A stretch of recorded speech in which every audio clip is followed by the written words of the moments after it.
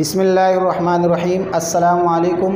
आज हम उर्दू की किताब का सबक नंबर 1 अखलाक़ नबी सल्लल्लाहु अलैहि वसल्लम के बारे में बात करेंगे, जिसके मुसन्निफ़ मौलाना शबली नौमानी है और ये लिया गया है सीरतुन नबी सल्लल्लाहु अलैहि वसल्लम किताब से। अच्छा, हम बात करेंगे मुसन्निफ़ के हालात के बारे में। तो मुसन्निफ़ का असल नाम मोहम्मद शबली है, वालिद का नाम शेख हबीबुल्लाह है और शम्सुल उलमा का इनको ख़िताब दिया गया है। नौमानी इस वजह से इनको कहा है कि इमाम आज़म अबू हनीफ़ा रहमतुल्लाह से अक़ीदत की वजह से इन्होंने अपने नाम के साथ नौमानी लफ्ज़ का इजाफ़ा किया, इसलिए कि इनका इमाम आज़म अबू हनीफ़ा रहमतुल्लाह का असल नाम नौमान बिन साबित था। आपकी पैदाइश 1857 को आज़मगढ़ में हुई और आपकी वफ़ात यानी 57 साल की ज़िंदगी पाकर आप 1914 को वफ़ात पा गए। आपने इब्तिदाई तालीम आज़मगढ़ में हासिल की और सर सैयद ने इनको अलीगढ़ कॉलेज में अरबी का उस्ताद मुकर्रर किया और इसी तरह आपने कई फ़नून में महारत हासिल की थी, लेकिन उनमें से चंद शायर भी थे, अदीब भी थे, फ़लसफ़ी भी थे, मुसव्विर भी थे, यानी बहुत सारे फ़नून में इनको महारत हासिल की। आपकी तसानीफ़ यानी आपने बहुत सारी किताबें लिखी, लेकिन चंद मशहूर किताबें सीरतुन नबी किताब हो गया, इस तरह अल मामून, सीरतुन नौमान वग़ैरह जैसी बुलंद किताबें मौजूद है। ये तो हो गया मुसन्निफ़ के हालात के बारे में। अब हम आएंगे अखलाक़ नबी सल्लल्लाहु अलैहि वसल्लम के तरफ। तो नबी सल्लल्लाहु अलैहि वसल्लम के अखलाक़ मुबारका, वैसे तो 63 साल की ज़िंदगी सारे का सारा ही अखलाक़ है, लेकिन यहाँ पर इस चैप्टर के अंदर हमारे पास कुछ अहादीस के मफ़हूमात है और कुछ वाक़यात है। लेकिन इस चैप्टर को समझने के लिए हम वहाँ से कुछ वाक़यात और कुछ मफ़हूमात आपके सामने पेश करेंगे। उनमें से पहला ये है कि जब आप सल्लल्लाहु अलैहि वसल्लम को नबूवत अता की गई तो आप सल्लल्लाहु अलैहि वसल्लम हमेशा जो है परेशान रहा करते थे। तो इसलिए हज़रत खदीजतुल कुबरा रज़ियल्लाहु ताला अन्हा ने फरमाती है कि आप सल्लल्लाहु अलैहि वसल्लम को कि खुदा की कसम, खुदा आपको कभी गमगीन न करेगा, क्योंकि आप मुसीबतों में लोगों के काम आते हैं और परेशानियों में आते हैं और आप जो है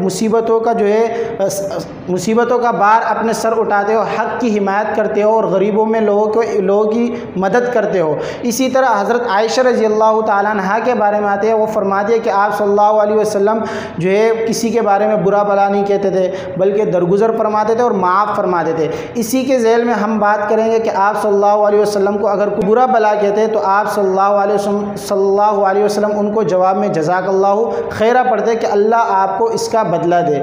इसी के ज़ैल में हम बात करेंगे अपने तरीके से, यानी अपने अल्फाज में समझने के लिए हम बात करेंगे कि अगर हम गेंद का मिसाल ले लें, गेंद अगर हम दीवार पे मारेंगे तो दीवार के साथ चिपकेगा नहीं, बल्कि वापस हम पर ही आके लग जाता है। यानी इसकी मिसाल, अगर हम किसी को गाली देंगे या कोई बुरा भला कहेंगे तो वो गेंद की मिसाल हम लेके तो हम देखेंगे कि वो गेंद की तरह वो गाली वापस हम पर ही आके लग जाती है। इसी तरह हज़रत इमाम हुसैन रज़ियल्लाहु ताला अन्हु के बारे में आता है कि वो हज़रत अली रज़ियल्लाहु ताला अन्हु से अखलाक़ व आदात के बारे में, आप सल्लल्लाहु अलैहि वसल्लम के अखलाक़ व आदात के बारे में सवाल करते हैं तो फरमाते हैं कि जो है आप सल्लल्लाहु अलैहि वसल्लम खंदजबी थे, यानी हमेशा मुस्कुराते थे, और इसी तरह नरम खू यानी नरम मिजाज थे, सख्त मिजाज न थे और तंग दिल भी न थे।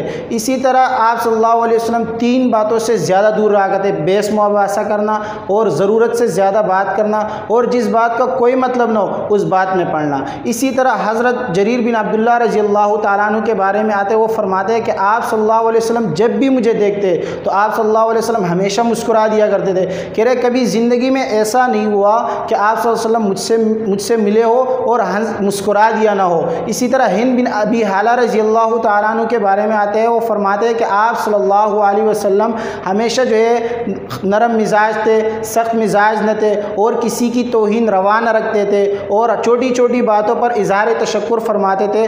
और अगर किसी भी किस्म का आप सल्लल्लाहु अलैहि वसल्लम के पास खाना लेके आ जाते तो आप सल्लल्लाहु अलैहि वसल्लम तनावुल फरमाते थे और बुरा भला नहीं कहते। इसी तरह उतबान बिन मालिक रज़ियल्लाहु ताला अन्हु के बारे में आते हैं, वो फरमाते हैं कि आप सल्लल्लाहु, जो कि अस्हाब बदर में भी थे साहबी, वो फरमाते हैं कि आप सल्लल्लाहु अलैहि वसल्लम को जब मैंने कहा कि जब मैं इलाके की मस्जिद में नमाज़ पढ़ने के लिए जाता हूँ तो जब बारिश हो जाती है तो मेरी बीनाई में थोड़ा सा फ़र्क आ गया है, तो इसलिए मेरा जाना मुश्किल होता है, तो आप जो है मेरे घर में तशरीफ़ लाकर नमाज़ पढ़ लेते और मैं उसी जगह को सजदगाह बना लेता हूँ। तो इसलिए तो आप सल्लल्लाहु अलैहि वसल्लम ने अगले दिन हज़रत अबू बकर रज़ियल्लाहु ताला अन्हु को साथ लेकर उनके घर तशरीफ़ ले गए और इजाज़त मांगा तो अंदर चले गए और जगह का पूछ लिया तो जगह बता दी गई। तो आप सल्लल्लाहु अलैहि वसल्लम ने हज़रत अबू बकर रज़ियल्लाहु ताला मुसलमानों के साथ 2 रकात नमाज अदा कर ली और उसी जगह को उन्होंने सजदगाह बना लिया।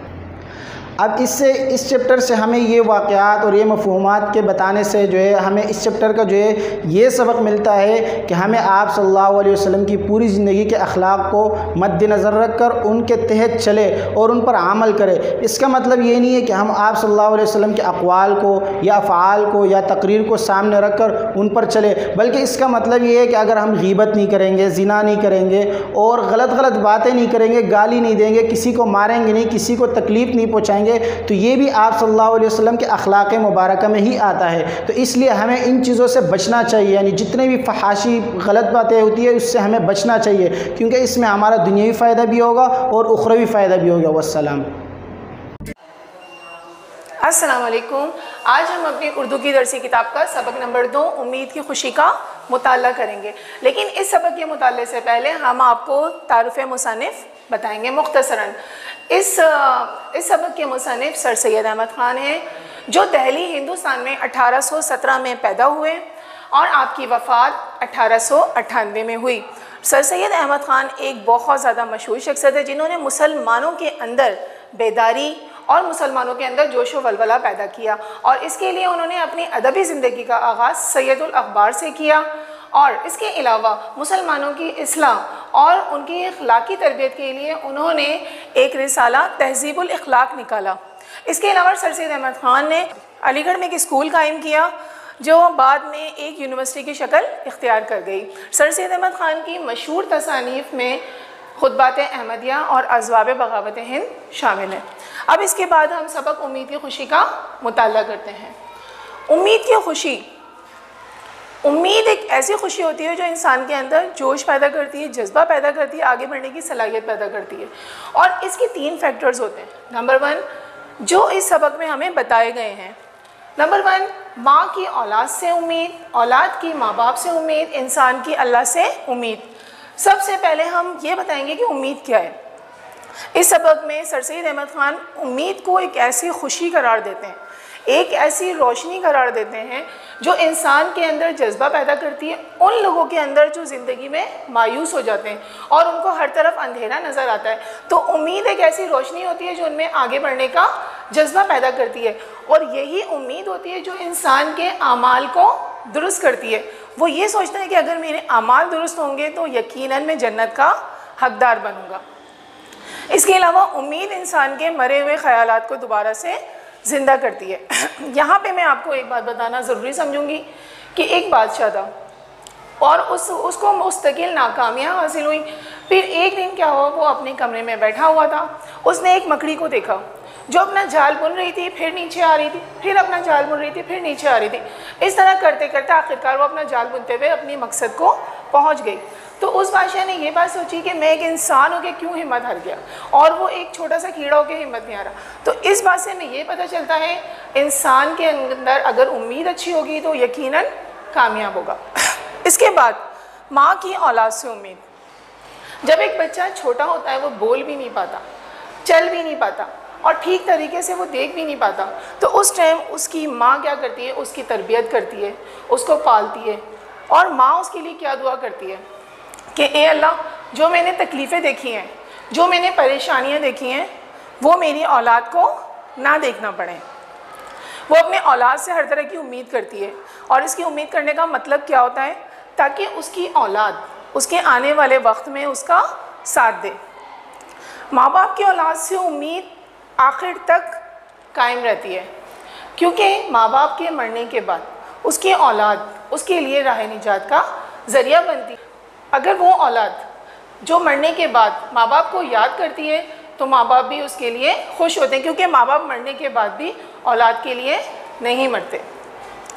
उसके बाद है औलाद की माँ बाप से उम्मीद। इसमें यह बात बताई गई है कि जब बच्चा बड़ा होता है तो वो अपनी मनमानी करना शुरू कर देता है, और वो अपनी हर तरीके से, हर ज़िद से माँ बाप को राज़ी करता है कि वो उसकी ज़िद को पूरा करें, और माँ बाप उसकी मोहब्बत में उसकी तमाम ज़िदों को, तमाम ख्वाहिशात को पूरा करते हैं।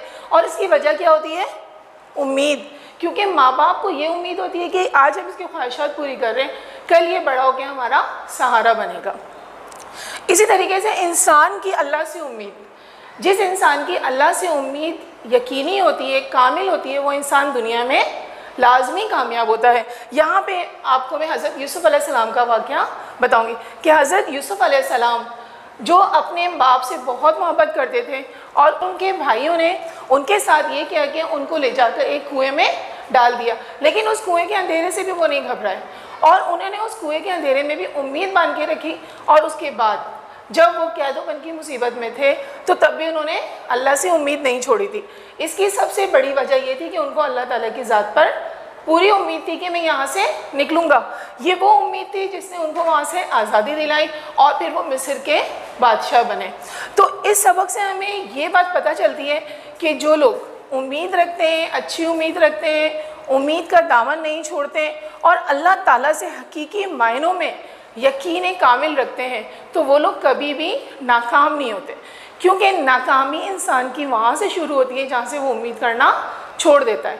तो इस बात से हमें ये बात साबित हुई कि उम्मीद की खुशी उन्हीं लोगों को होती है जिनको अल्लाह ताला की ज़ात पर मुकम्मल यकीन हो, और वो लोग दुनिया में कामयाब भी होते हैं। लेकिन जो लोग उम्मीद नहीं रखते तो उनको अल्लाह ताला नाकामी का मुँह दिखाता है, क्योंकि अल्लाह ताला ने कहा है कि मायूसी कुफ्र है। मायूसी कुफ्र का मतलब ये हुआ कि जो लोग मायूस होते हैं, ना उम्मीद होते हैं, तो अल्लाह ताला भी उनका साथ नहीं देता। तो बच्चों, आज हमने इस सबक से ये बात, यानी कि इस सबक से हमने ये नसीहत हासिल करी या ये बात हमें पता चली कि अगर हम अच्छी उम्मीद रखेंगे तो अच्छा होगा और अगर हम बुरी उम्मीद रखेंगे तो हमारे साथ बुरा होगा। शुक्रिया।